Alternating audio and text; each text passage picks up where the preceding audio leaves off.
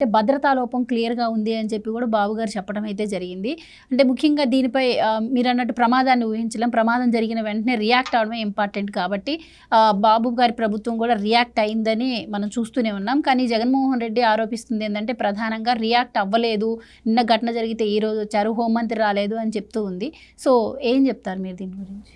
నిన్న ఘటన జరిగిన వెంటనే ముఖ్యమంత్రి అక్కడ ఉన్న కలెక్టర్లని, అక్కడ ఉన్నటువంటి వైద్య ఆరోగ్య శాఖ సిఎస్ ఎవరు, ఆయన ప్రిన్సిపల్ సెక్రటరీ కృష్ణబాబుని, పరిశ్రమల శాఖ వాళ్ళని అందరినీ అప్రమత్తం చేయటం, అక్కడ బాధితులందరినీ ఎయిర్ లిఫ్ట్ చేయమన్నారు, హైదరాబాద్ తీసుకురమ్మన్నారు. ఏంటి వీలైతే హెలికాప్టర్ పంపించమని, ఆ క్షతగాత్రులకి అత్యున్నత చికిత్స ఇవ్వమంటేనే ఇప్పుడు ఇవాళ ఇంత పెద్ద ఎత్తున ఇక్కడ సమర్థవంతంగా అక్కడ చికిత్స జరుగుతోంది. మనం గుడ్డగాల్చి మొగాన్ని వేయకూడదు. ఈ పరిస్థితుల్లో రాజకీయం చేయకూడదు అన్నమాట. లోపం ఎక్కడుంది? ఇప్పుడు అక్కడ ఇండస్ట్రీస్ ఇన్స్పెక్టర్ ఏం చేశాడు? ఫ్యాక్టరీ ఇన్స్పెక్టర్ ఆఫ్ ఫ్యాక్టరీస్ ఎందుకని విజిట్ చేయలేదు? కాలుష్య నియంత్రణ మండలి, పరిశ్రమ శాఖ, లేబర్ ఇన్స్పెక్టర్ వీళ్ళందరి మధ్య సమన్వయం కదా ఉండాల్సింది. ఈ 5 ఏళ్ల జగన్మోహన్ రెడ్డి పరిపాలనలో అచ్యుతాపురం సెజ్కి ఏ రోజన్నా అతను వెళ్ళాడా? పరవాడ సెజ్లో ఫ్యాక్టరీలు ఎలా ఉన్నాయో చూశారా? అక్కడ న్యూక్లియర్ రియాక్టర్ల యొక్క స్టేటస్ ఏంటి? వాళ్ళు తీసుకోవాల్సినటువంటి జాగ్రత్తలు తీసుకుంటున్నారా? పదే పదే విశాఖలోనే గ్యాస్ లీకేజ్ ఎందుకు అవుతుంది? ప్రామాణికాలు పాటించకపోవటం వల్లే జరుగుతోంది. ఇప్పుడు ఎల్జీ పాలిమర్స్ అదే ఇన్సిడెంట్. ఇందాక మూర్తి గారు చెప్పారు, బ్రాండెక్స్ గ్యాస్ లీక్ అయి నీకు 523 మంది మహిళలు అస్వస్థత పాలయ్యారు. వీటన్నిటిపైన మీరు సెజ్లు పెట్టారు. పెట్టిన చోట ప్రామాణికాలు పాటిస్తున్నారా లేదా? అదే కదా ఇప్పుడు సీఎం కూడా అన్నది, ఎస్ఓపి ఎవరు పాటించటం లేదు. ఇవాళ ఆఫ్ సైట్ ఆ ప్లాన్ కూడా పాటించని పరిస్థితి అన్నమాట. జగన్మోహన్ రెడ్డి వైఫల్యాలు ఇవాళ ఈ రూపంలో బయటపడుతున్నాయి. 5 ఏళ్లుగా జగన్మోహన్ రెడ్డి ప్రభుత్వం చేసిన నిర్లక్ష్యం ఈ ప్రమాదాల రూపంలోనే కనపడుతోంది తప్ప ఈ 3 నెలల్లో జరిగిన లోపాల ఆ ఫ్యాక్టరీ ఇప్పుడు పెట్టారా? ఇప్పుడు ఆయన ఎవరు, కిరణ్ రెడ్డి ఎవరు, అతను చెప్పినది ఎప్పుడో పెట్టిన ఫ్యాక్టరీ. ఇప్పటివరకు దానిలో ఎటువంటి భద్రతా ప్రమాణాలు పాటించకపోతే ప్రాణాలతో చెలగాటం ఆడుతున్నారు. ప్రజల ప్రాణాలతో వీళ్ళు చెలగాటం ఆడుతున్నారన్నమాట.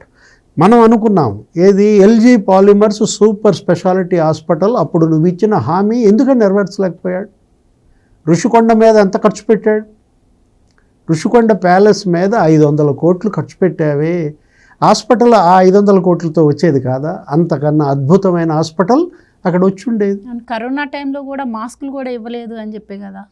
అరే ఆ మెట్టెక్ జోన్ని ఆల్రెడీ నిర్వీర్యం చేశాడు. ఏది, విశాఖలోనే. అతను ఒక మంచి హాస్పిటల్ అక్కడ పరిశ్రమల్లో పనిచేసే వర్కర్ల కోసం ఏర్పాటు చేయలేకపోయాడంటే, ఋషికొండ ప్యాలెస్ మీద పెట్టినటువంటి ఖర్చు హాస్పిటల్కే పెట్టుకోవచ్చు కదా. ఇవాళ అచ్యుతాపురం సెజ్, పరవాడ సెజ్ దగ్గరలోనే ఒక హాస్పిటల్ వచ్చి ఉండేది. ఇప్పుడు ఆయన అదే కదా బాధపడింది. ముఖ్యమంత్రి కూడా చంద్రబాబు మొన్న, నేను ఆ ఋషికొండ ప్యాలెస్ని ఏం చేయాలి?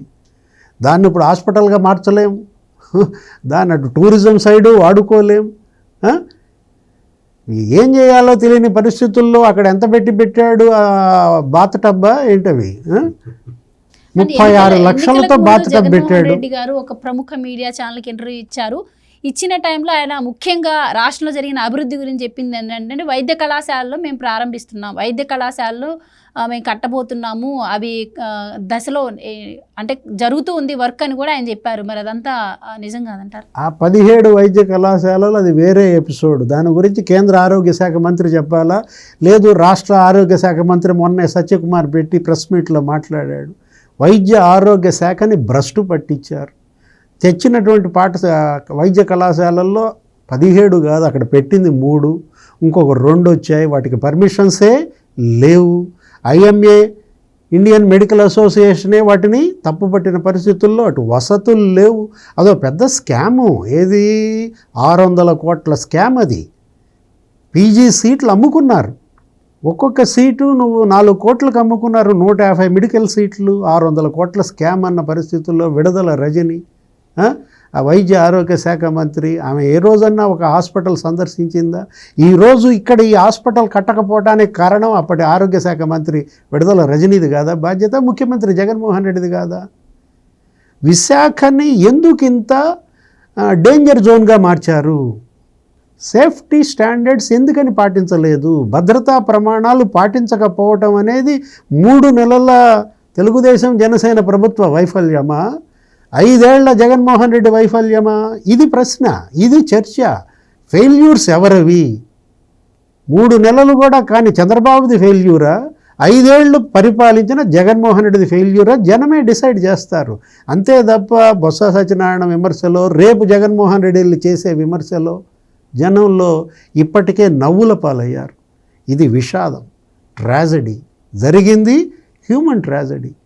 అంతమంది చనిపోయిన సందర్భంలో మీరు చేతనైతే మీ పార్టీ తరపున వాళ్ళకి తలా 1 లక్ష రూపాయలు ఇవ్వండి. భలే మాట చెప్పారండి. అట్లా అక్కడ ఓన్లీ ఇన్కమింగ్ తప్ప అవుట్ గోయింగ్ ఉండదు ఆ పార్టీకి. మీకంటూ ఒక ట్రస్ట్ ఉంటే ఏదైనా ఆ ట్రస్ట్ నుంచి హెల్ప్ చేయండి. అంతే తప్ప ఈ విమర్శలు ఏంటి? శవాల మీద పైసలు ఎరుకుంటున్నారు అన్నది అదే కదా. ఇప్పుడు మనం ఒక డిబేట్ కూడా చేసాం ఏదో వీడియోలో, శవమే జగన్ బలం అని. ఎక్కడ శవం ఉంటే అక్కడ వాళ్తున్నాడు అన్న చెడ్డ పేరు ఎందుకు ఇట్లా తెచ్చుకుంటున్నాడో నాకైతే అర్థం కావటల్లా. అక్కడెక్కడో వినుకొండలో రౌడీ షీటర్ వస్తే వాడిని చంపితే ఇంకొక రౌడీ షీటర్ చంపితే అక్కడికి వెళ్తాడు. 2 రౌడీ షీటర్లు ఈయన పార్టీ వాళ్ళేనంట. దాన్ని తీసుకెళ్ళి తెలుగుదేశం మీద వేస్తారు. లేకపోతే అక్కడెక్కడ నంద్యాల జిల్లాలో సీతారాంపురంలో ల్యాండ్ సెటిల్మెంట్స్, వాడేదో డబ్బు ఇవ్వాలా, భూమి ఇస్తానన్నాడు, ఆ భూమి లేదు అక్కడ. ఆర్థిక లావాదేవీల్లో చంపారు. అక్కడ మళ్ళా ఇతను వాళ్తాడు, తెలుగుదేశమే హత్య చేసిందంటాడు. జరిగిన 6 హత్యలు 3 తెలుగుదేశం వాళ్ళు చనిపోయారు. అది మర్చిపోయి 36 హత్యలు అని చెప్పి ఢిల్లీ జంతర్ మంతర్లో ధర్నా చేస్తాడు. ఇప్పుడు రేపొద్దున మరి వచ్చి ఈ అచ్యుతాపురం సెజ్లో ఎసెన్షియా ఫార్మాలో రేపొద్దున చేసే ఆయన ప్రసంగం మళ్ళా ఢిల్లీ జంతర్ మంతర్లో ధర్నా పెడతాడా? చూడాలా. ఇది జగన్మోహన్ రెడ్డి రాజకీయం చేసే సందర్భం కాదు, సమయం కాదు. చేతనైతే సహాయం చేయి, ప్రభుత్వానికి సహకరించండి. లేదు నువ్వు నిలదీయాలంటే, చంద్రబాబుని విమర్శించాలంటే నీకు ఒక సభ ఉంది. ఎక్కడ? శాసనసభ. నిన్ను ఎన్నుకొని పులివెందుల ప్రజలు నువ్వేదో పుడింగ్ అని నిన్ను పంపించారు అక్కడ. ఆ శాసనసభకు వెళ్ళు. రేపు బడ్జెట్ సమావేశాలు ప్రారంభమవుతున్నాయి త్వరలో. బడ్జెట్ సమావేశాల్లో నిలదీ, ఆ రోజు చర్చ పెట్టు దీనిపైన. అంతే తప్ప రేపు అక్కడ విశాఖ వెళ్ళి మొసలి కన్నీరు కార్చి గుడ్డగాల్చి చంద్రబాబు ముఖం మీద వేసి తుడుచుకో మనబాకండి.